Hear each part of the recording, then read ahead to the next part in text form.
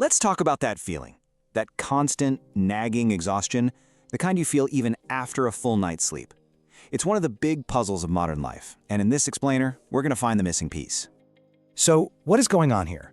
You get a full 8 hours, maybe more, but you still feel completely drained.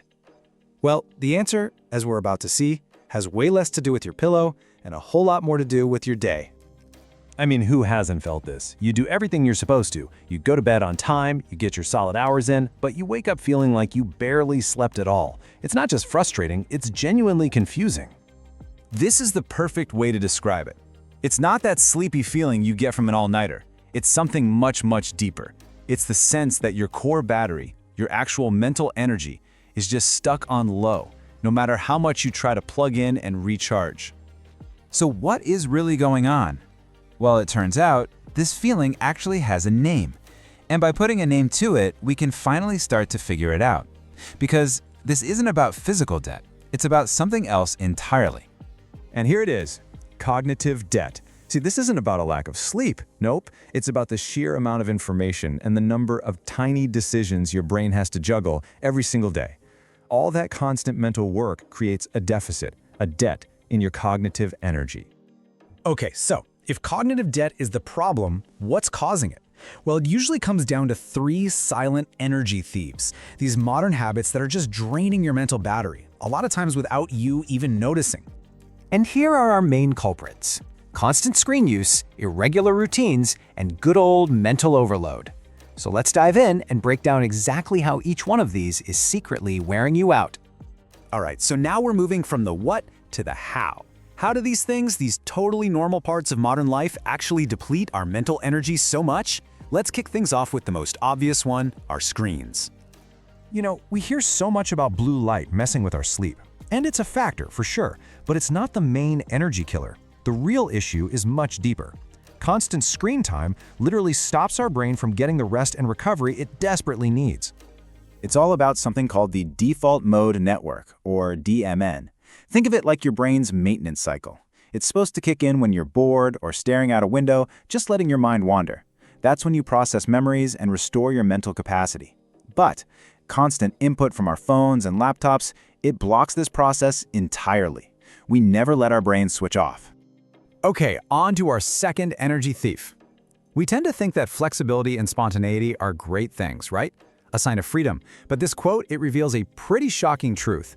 A lack of routine is a massive, hidden energy cost for our brains. And this is why. Irregular routines lead straight to something called decision fatigue. See, your brain loves predictability. It loves automation. When things aren't automatic, your brain has to step in and make a conscious choice. And that burns precious mental fuel every single time. And look, we're not talking about big, life-changing decisions here. It's the tiny, relentless micro-decisions that just pile up. Each one is like a small withdrawal from your energy account. Over a whole day, these little choices add up to a staggering amount of mental drain. So, this brings us to our third energy thief, which is basically what happens when you combine the first two: mental overload. And honestly, there is no better way to describe it than this. It feels like you have 50 different tabs open in your brain at all times, even when you're trying to relax. And let's be clear, this isn't just stress. It's a real, measurable deficit in your mental capacity.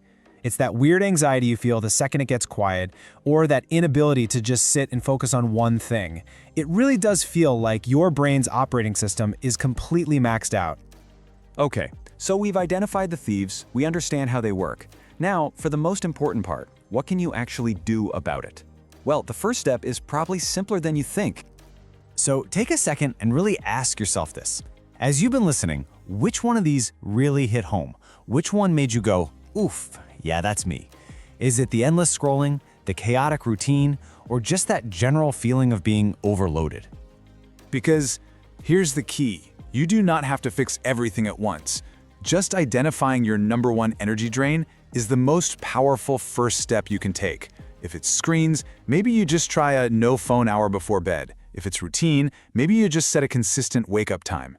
Pinpointing the biggest leak is how you start to patch the hole and get your energy back. And we'll end on this thought because it's so true. These habits are so common now that they've quietly shifted the entire baseline. What it actually means to feel truly rested today is just different than it was 20 years ago.